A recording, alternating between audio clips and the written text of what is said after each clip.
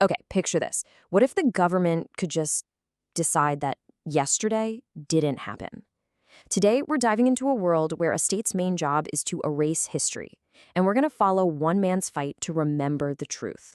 So, let's step into this world. And the first thing you have to get your head around is this. You are never, ever alone.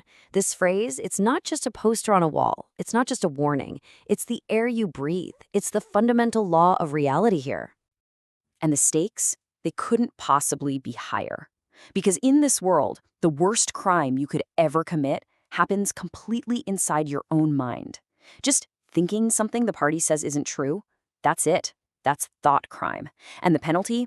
You don't just go to jail. You get vaporized, wiped from existence like you were never even born. So, how in the world does a regime actually pull this off? How do you build an entire society on a foundation that's constantly shifting? Well, it's a whole system, an architecture of lies built on propaganda, deception, and even controlling the words you're allowed to use. I mean, the lie is baked right into the system right from the top. You've got these government ministries, but their names are the literal opposite of what they do. The Ministry of Truth, where our guy Winston works, yeah, its whole purpose is to manufacture lies. The Ministry of Peace, it wages endless war. And the Ministry of Plenty, well, its job is to make sure there's never enough of anything. And this is the kind of stuff that's blasted from the telescreen in your home 24/7. The voice of Big Brother just droning on, telling you not just the news, but what is real. That empty pit in your stomach, that's a sign of abundance. The constant threat of war, that's peace, my friend. You know, the final nail in the coffin is controlling the language itself. The Newspeak dictionary isn't about learning new words. It's an anti-dictionary.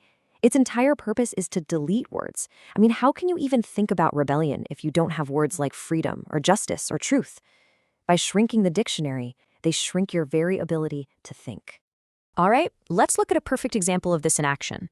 It's a little story we can call The Parable of the Elevator, and it shows exactly how the state controls the shared, physical world that everybody lives in. On paper, you've got this promise, right? An elevator, ease, modern life, the idea of progress. But the reality in Winston's world? Oh, it's something else entirely. That promise is a total lie, because the path is deliberately broken. So, Winston lives in this dump called Victory Mansions, which, yeah, what a joke. There's no victory, just constant decay. And the elevator? It's been out of order for as long as anyone can remember. This isn't just a maintenance issue, it's a message. It's the state saying there is no easy way up, there is no escape, you will take the hard path we give you. And here's the really twisted part, the psychological knot they tie you in. First, the telescreen tells you that this painful daily climb up the stairs is actually a joy. Then, when you get to work, your job is to literally destroy any record, any piece of paper that proves the elevator ever worked in the first place. And the whole time, that telescreen is watching, making sure you not only obey, but that you actually start to believe it. It all boils down to this incredible idea. The elevator parable shows us that total control isn't just about rewriting history books. It's about rewriting the basic laws of your everyday physical life. Okay, so if the elevator was about controlling the world outside of you, this next story, The Parable of the Candle, is all about the war on the world inside your own head. It's about memory and hope. Let's rewind a bit. 4 years before things got really bad, we're in a little village where the party's grip isn't quite as tight yet. It's Halloween, and there's this old tradition of carving lanterns. Winston sees it, this brief, fragile glow against the encroaching societal twilight. Winston's official job is to document this ritual, basically so it can be twisted into some party-approved story later on. But he can't. Something about it just sticks with him. It sparks a memory of a time when laughter was not regulated. So he does something illegal. He goes home and, in secret, carves his own little lantern.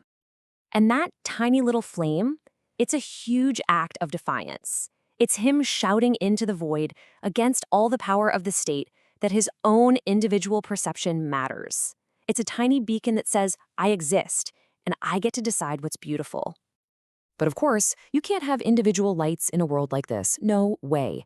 Soon enough, a messenger shows up from the city. There's no violence, no big scene, just a cold official decree. And this is what's so chilling. Their method isn't to just smash the lantern. It's to redefine it.